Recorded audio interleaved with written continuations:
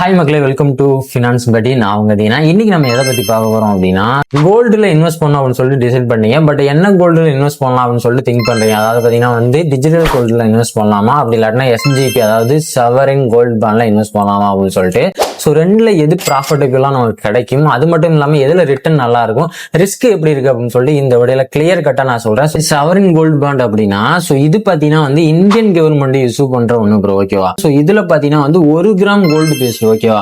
But not physical gold கிடைக்காது. So அதை நீங்க யோசிக்கணும். ஸோ எப்படின்னா 8 வருஷம் ஆகும். நீங்க 5 வருஷத்துக்கு முன்னாடி இதை எக்ஸிட் பண்ண முடியாது, ஓகேவா. ஸோ அதையும் தெரிஞ்சுக்கங்க. ஸோ இந்த கோல்டோட இன்ட்ரெஸ்ட் 2.5% வரும். அதுக்கப்புறம் பாத்தீங்கன்னா கோல்டோட ரியல் growth இருக்கும். ஸோ இது பாத்தீங்கன்னா ஒரு லாங் டேர்ம் இன்வெஸ்டரா நீங்க இருக்கீங்க அப்படின்னா ஸோ உங்களுக்கு ஒரு பெஸ்ட் ஆப்ஷனா இருக்கும். அப்படிங்கிறதுல எந்த ஒரு மாற்றமே இல்லை. அதுக்கப்புறம் இது பாத்தீங்கன்னா not for frequent sale and buy. நீங்க வாங்குறவங்க விற்கிறவங்களா அடிக்கடி இருக்கீங்க அப்படின்னா ஸோ உங்களுக்கு பாத்தீங்கன்னா இந்த சாவரின் கோல்டு பாண்ட் பாத்தீங்கன்னா செட் ஆகாது ப்ரோ. அதையும் நல்லா மைண்ட்ல வச்சுக்கோங்க, ஓகேவா. ஸோ டிஜிட்டல் கோல்டு எடுக்கையில பாத்தீங்கன்னா ஆன்லைன்ல ஈஸியா பே பண்ணி கோல்டு வாங்கிக்க போறீங்க. பட் இந்த கோல்டு பாத்தீங்கன்னா ஒரு ரூல் இருக்கு.